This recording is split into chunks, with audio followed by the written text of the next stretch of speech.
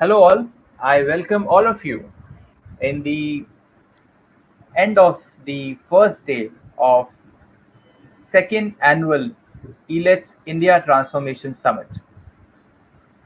This summit is focusing on the innovations and transformation in governance. How innovations at every step, maybe at a district level or a state level or at a central level, at any level, how innovation can transform governance. The discussions are happening in that scenario in this 2 day India Transformation Summit by Elets Technomedia and eGov magazine. So we all experienced various sessions during the day on various innovations around governance, and there could be no better ending of the day with a valedictory address by none other than Mr. Sanjay Bhatia, Lokayukta of Maharashtra. Mr. Sanjay Bhatia has been in for decades has been in the civil service as an IAS and has served in various uh, departments, various segments of governance, and has huge experience of how governance can be transformed by innovations. So and he is also right now, as we all know, that he is Upalokayukta of Maharashtra.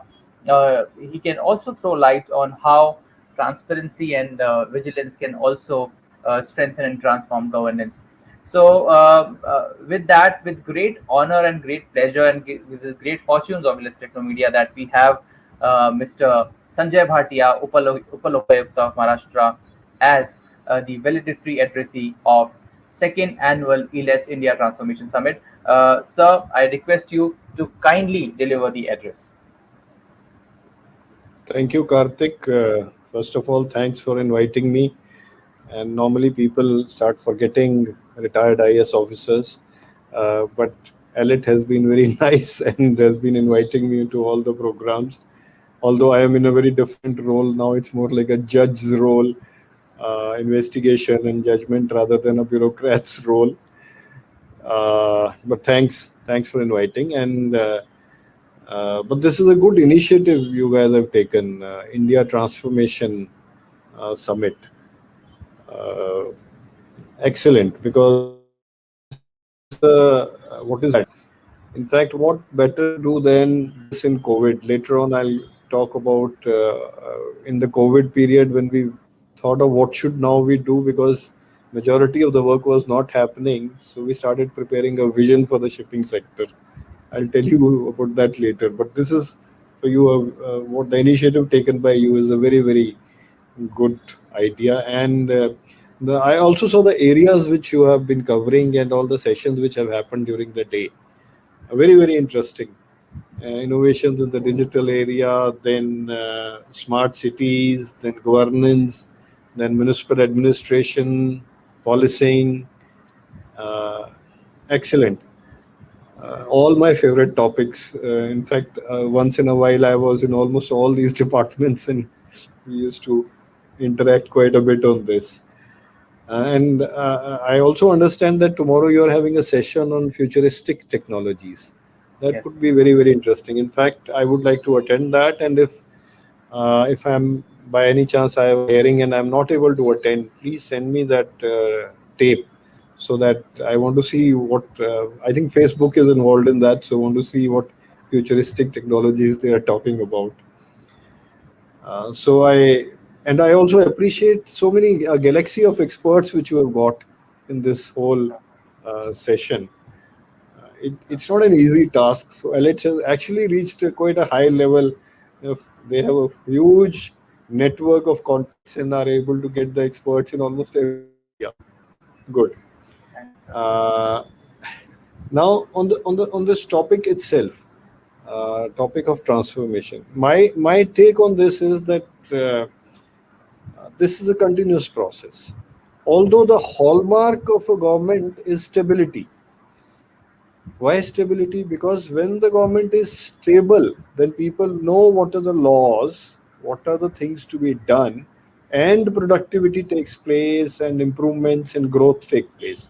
If you look at our old history also, whichever era was very stable, economic growth took place during that period. But because we are in spirituality we call it Kali Yuga, but in technology terms we call it as a continuously changing era. So in this continuously changing era, if the government sleeps, does not change, then the people's needs are different, and the government is still in its a very very conservative old mode. So it's very very important that continuously the government also innovates, then stabilizes. That thing should get stabilized, whatever innovation has taken place, and there should be regular teams in every department which are continuously thinking of what are the future needs, what are the new technologies which have come, so that those can be innovated, incorporated in the that department, and then taken it further. Uh,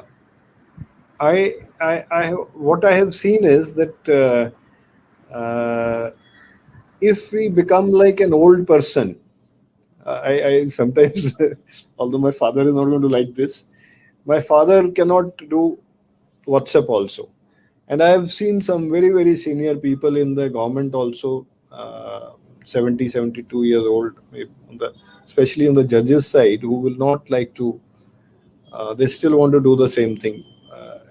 If you can't do a WhatsApp in this era, life becomes very difficult. You have to depend on who? You have to depend on your grandson, your granddaughter, and so that you can even do your basic functions only if you are abreast with the technology. So personally, I have taken I've given a promise to myself that even after 15, 20 years, I will always remain abreast of whatever is the latest technology and will remain hands on. If I am not hands on, I will land up in the same situation in which my father has landed in. Although I don't know after 15, 20 years what are the technologies and whether this brain will be able to handle that. But this, I think, is fundamental.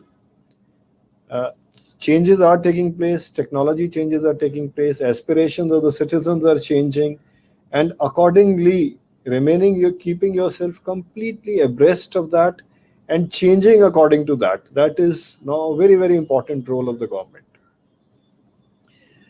Uh, Now, I'll now come back to this COVID times, this period during the COVID. Now, in port, because that was my last posting. I'll tell you what COVID made us innovate. This concept of an e-office was there for the last nearly 3 years. So we were all discussing whether we will do the NIC system or we will go in for another private sector system. And those discussions were going on for about, I think, 1.5 to 2 years that time. And people could not come to the office. So we said ports have to function. How do we have our people working from home? That time, then I gave directions. I said, what is the best system available which can be implemented immediately? My IT guy, he told me, sir, NIC system is ready. NICE system is ready. I looked at it in the beginning. I also had that first impression. How am I going to run this? How will I take decisions on files on this sort of a system? But because we were helpless, so we took a decision. We will go in for complete e-office in the port sector, especially in the Mumbai port, and implemented it. There was some resistance, all those things were there. But it got implemented, and I think within a month, all head of departments, everyone was sending files on e-office, and we were sitting at home or in a car on a mobile, we were taking our decisions on each file. Of course, those who had to attend to the port, exact port functioning, they had to come to the office. But everyone else was able to operate from their residence, and COVID taught us this. Another thing which, because we got a lot of time, we had been working on this eastern waterfront of Mumbai's complete redevelopment plan. So we thought that this is the time for brainstorming and we speeded that up and were able to prepare all the rules, regulations, everything for that. So this is what was done during the COVID time in the Mumbai port. Now I'll tell you what we did in the shipping ministry. That's even more interesting. Earlier eras are there, but this is the latest for me, so I can correlate to that very well. Uh, in the shipping sector, there was a discussion between secretary, myself, and the minister. But in COVID period, again, many people are sitting idle, and the minister had been after us that why don't you guys sit down, do some good brainstorming, and prepare a vision 2030. So we said, okay, now this is the time. We are not so much involved in our regular functioning. So let's prepare this vision 2030. I think we prepared 13 or 14 stakeholders groups on various topics. For example, on logistics, on new projects, new technologies, international port sector, what should we do, what new laws to be brought in. So, in all these things, and located who are the best stakeholders. For example, in port sector, Adanis were doing very well. So, who's the expert in Adanis? Get him, rope him in. And similarly, stakeholder groups were prepared for all the 14 groups, and all chairmen were asked to lead at least one. All chairmen of the major ports were asked to lead one or the other group. And there was such interesting discussions. I was actually a part of I think 4 or 5 groups, so I was involved in almost everything. Uh, but I saw such interesting discussion, such new ideas. In fact, almost for the first time in the shipping sector, private sector and the government sector was sitting together and innovating. So it was complete innovation. What should we do in next 3 years, 5 years, next 10 years? What should be done? What is happening outside? What is happening in USA? So how can we incorporate that here? And we did come up with a beautiful plan. In fact, the minister then presented it to the Honorable Prime Minister, and it was accepted. And I understand that its implementation is going on. One or two very innovative things which came out of that plan was one was the National Logistics Portal. We had this port community system earlier where ports had some information which was with the customs and all, which was being shared. But again, COVID made us think. So we prepared a system by which our PCS, that is port community system, will completely get upgraded, and whatever are the best apps, technologies in the shipping sector, we will ask them to join us. Like we are in the center, the portal, and everyone, whoever has done the best work, they are allowed to join us. And lo and behold, we had a full vision of a national logistics portal ready. After that, the tenders had been invited. I understand the work is going on, and then within the next 6 months to a year, it will actually get implemented. So these are all innovations which have been happening during the COVID time. Uh, Karthik has asked me to speak upon some transparency reforms also, which I have was involved in, and this Lokayukta office is mainly on transparency. So, in fact, from I think my as Commissioner Sales Tax, and then even as MD Sidco, and then later on in the port, I have been I've been pushing transparency reforms everywhere, and finally we were able to prepare such transparency plans which were even appreciated by the CVC, and they were even presented to the Prime Minister, where we tried to reduce uh, subjectivity and, of course, completely introduce digitization. For example, I'm talking about some few years back now. At that time, electronic returns were not there, but we forced the issue of electronic returns. So, in the transparency side, a transparency plan has now been prepared for almost everywhere I have been. For example, in the port sector, there is a transparency plan. In the Lokayukta office now, there is a transparency plan. In Sitco, there is a transparency plan. In the sales tax office of Maharashtra, there is a transparency plan, and we got it implemented. And I'm very happy to see that my successors continue to implement that. It's very, very important because the citizen, unless it has faith on the government, and the transparency brings faith, because one, the subjectivity goes away, then ease of business also is part of that, especially through digitization. So that was a very, very important innovation which has been happening in the last few years, which even the Honorable Prime Minister has been pushing. I have now requested Government of Maharashtra, in fact, I've sent a recommendation to the Chief Secretary, Government of Maharashtra, to prepare a transparency plan for each department on the same lines as what we had done two, three organizations earlier. So hopefully that will also take place in the next about 6 months or so. Uh, you will be surprised at what I am saying now. Another step which I have been pushing all the time, which is more than innovative, which is that in every organization I've gone, I've started to push meditation so that the employees start getting into meditation, they become peaceful, there is less stress, and there is a much better harmony and a team atmosphere in the organization. I must tell you this, that I have done MBA from Southern Cross University, Australia, and all those who've done MBA, they are taught a subject called change management. How, when a change takes place, what all you should be doing, how do you change an organization, how do you change an organization culture. uh, I had tried to implement all those techniques, none of them worked.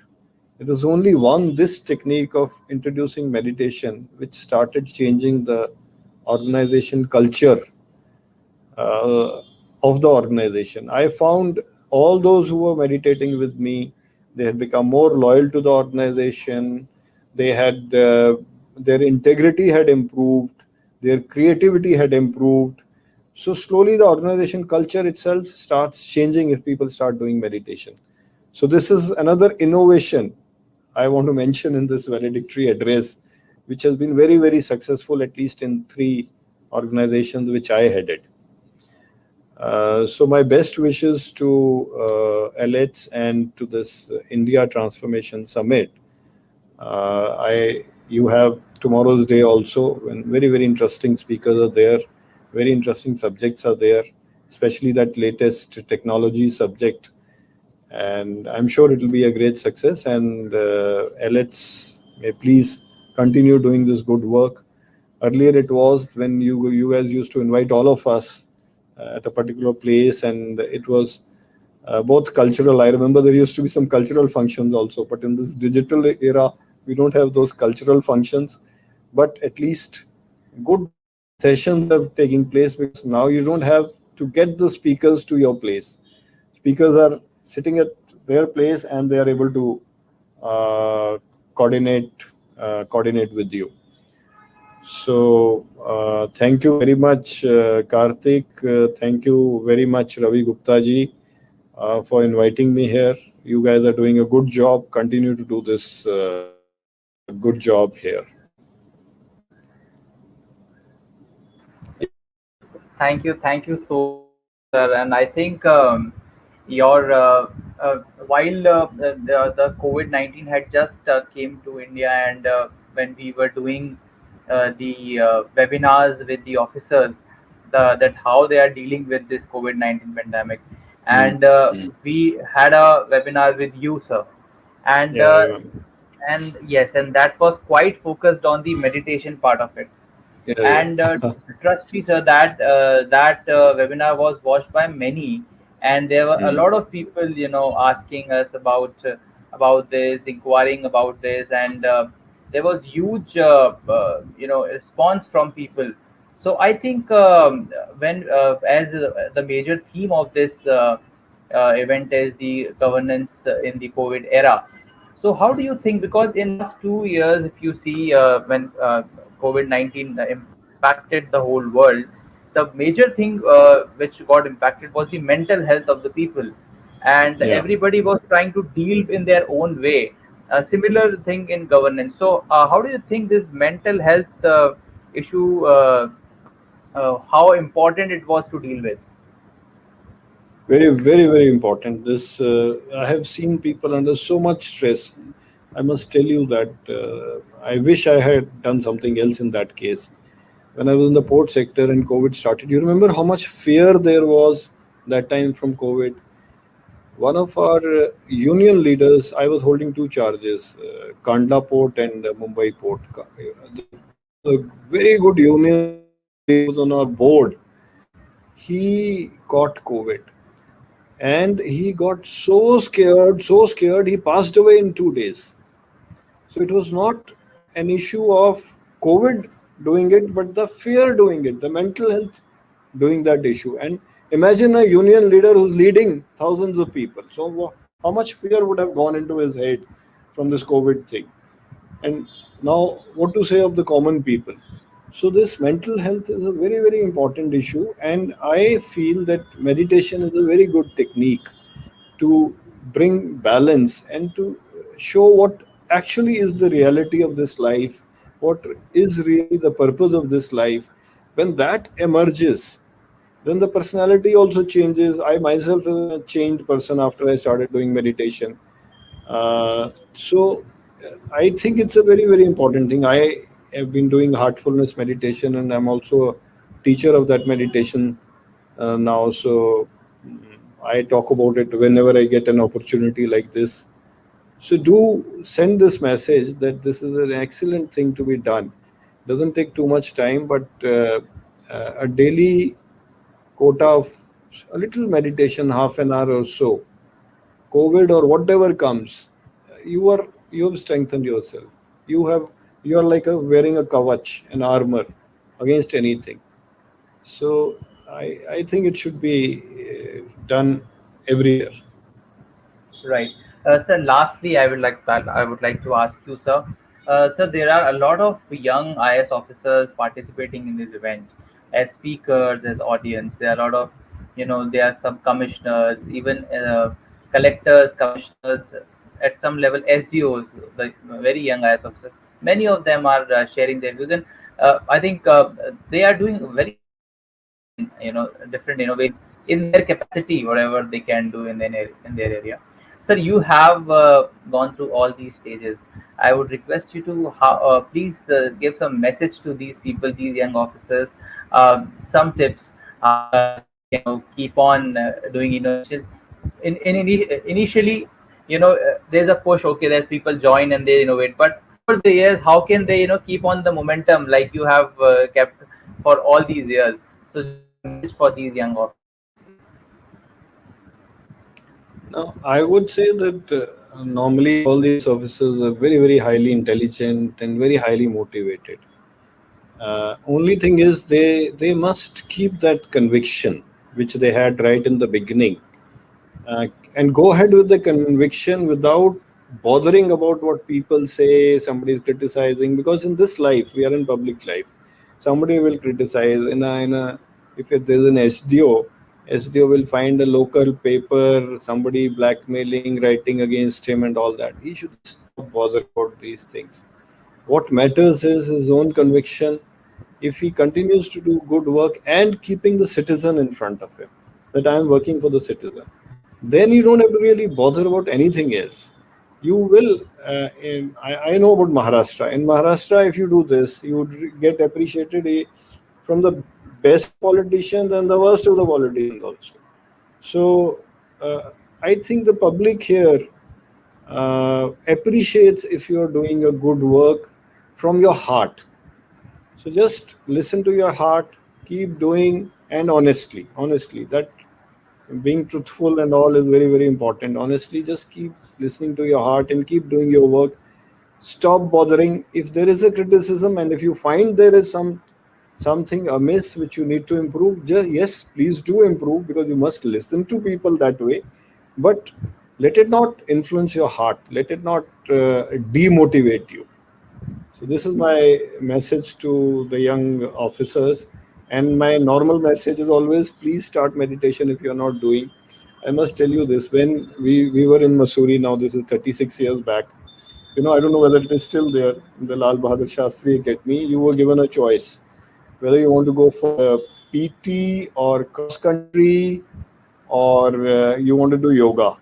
So all a few of us, our gang, opted for yoga. We used to call them lazy boys. What ये तुम वहां जाके late जाते हो? वो very active guys doing horse riding, and after the age of 35, 40, I realized yoga was way more important than doing all that PT and running around. Of course, you need to be active. So this yoga and meditation is a very, very important part of our life, because it tells us what is the real purpose of life, and it will keep you motivated. So this is my message for the young officers. Thank you so much, sir. And as I said, there could be no better closing of this day one than having you as our valedictory addressee. It was a great, ideas and sharing of ideas and views by you, sir. We always get enlightened with your experiences of governance, and we learn a lot, and share a lot of your thoughts to huge community of governance, and we'll keep doing that, sir. We'll keep inviting you, and please request you to please keep sparing your time for us, so that it can benefit the whole community, whole ecosystem of governance in the country. Thank you so much, sir. Thank you for being with us. Yeah, you're most welcome. Thank you.